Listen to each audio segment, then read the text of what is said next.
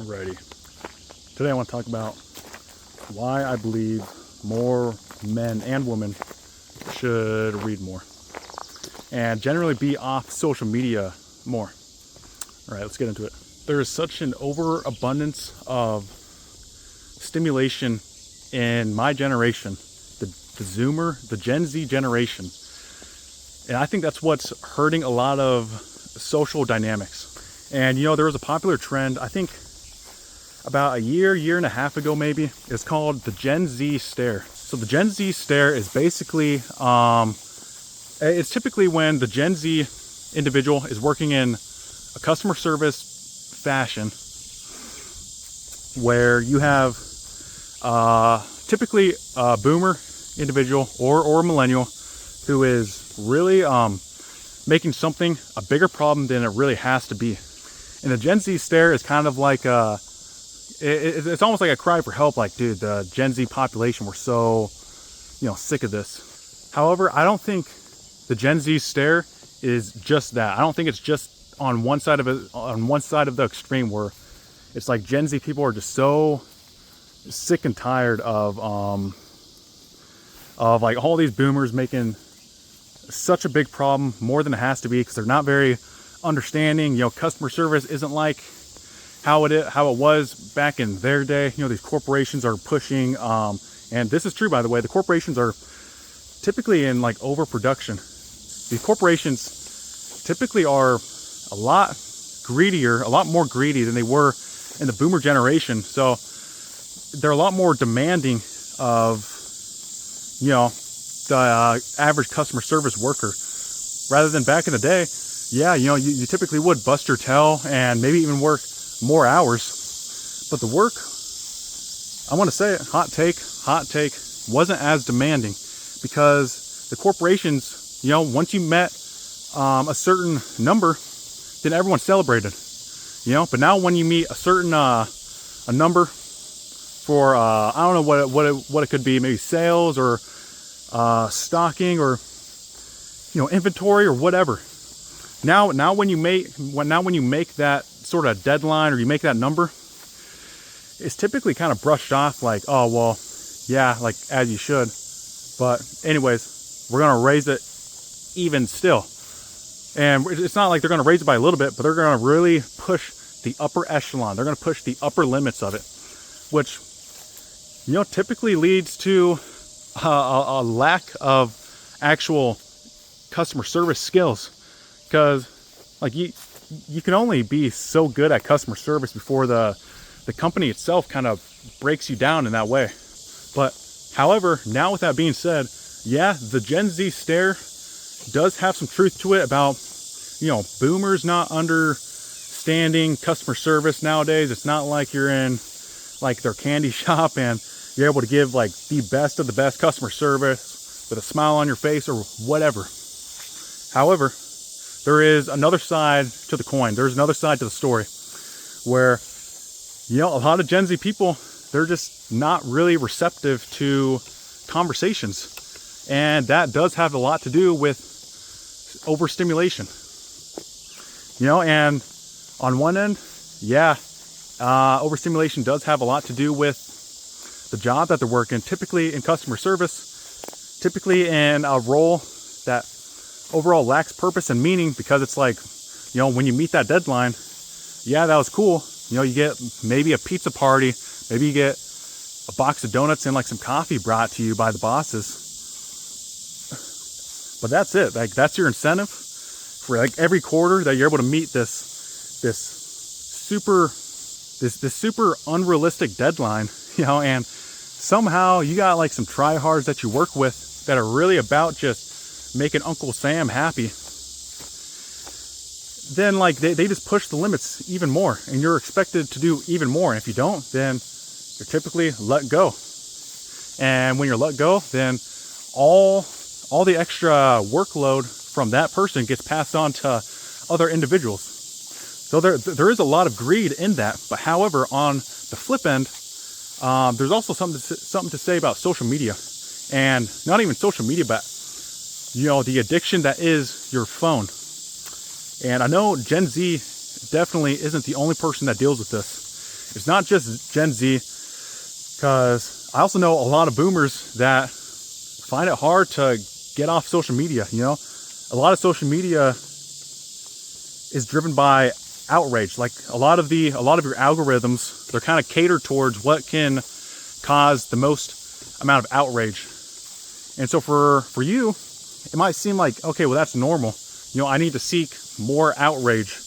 And you know, you see this in men-woman relationships nowadays too, where, you know, the woman typically gets bored, typically gets like, you know, their stimulation is outrage, you know, from typically their shows or the channels that they follow that's drama driven, and like they almost sabotage the relationship in that way. And the men are overstimulated in a way where they just become very stagnant, and they don't really do anything to help the relationship. So it's like you got two ends of the spectrum, and sometimes it is one end or the other, where, you know, one end is overstimulated while the other end is actually trying to make the relationship work.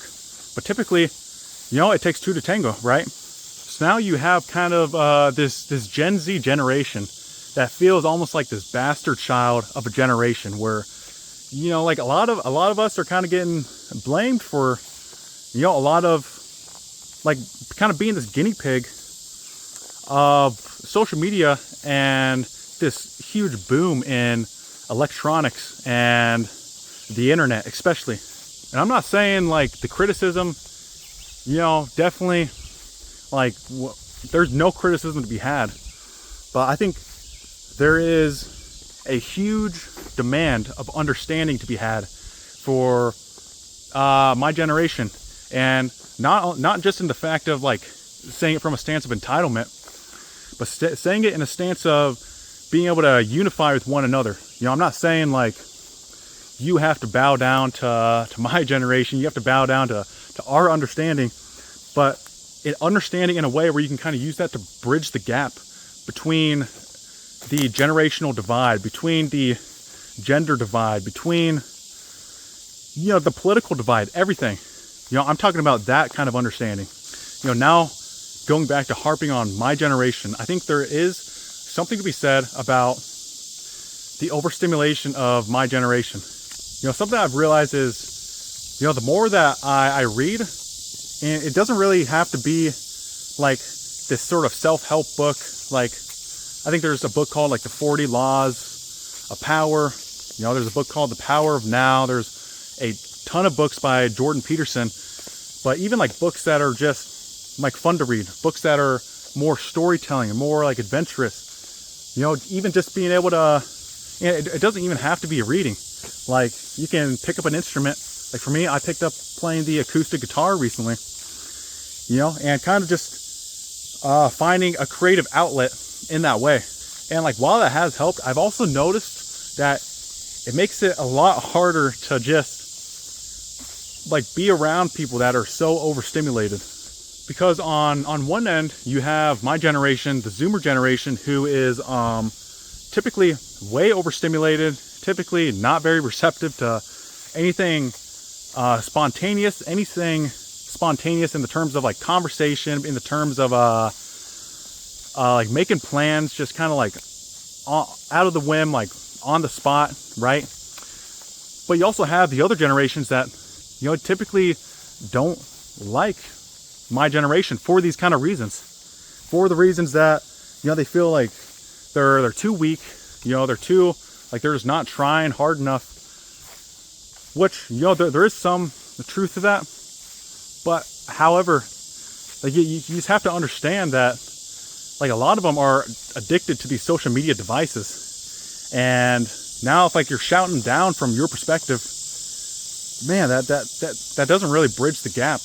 And I say this from experience, and not only personal experience, but experience seeing it from all other, you know, fellow Gen Zers, fellow Zoomers, where, you know, they have all these stories about, you know, I got in this huge argument with my dad. I got in this huge argument with my grandparents about politics, about, you know, me finding a significant other, me finding like this friend group really, yeah, that's a conversation to be had, but man, it does not help to really have this sort of heated debate about it.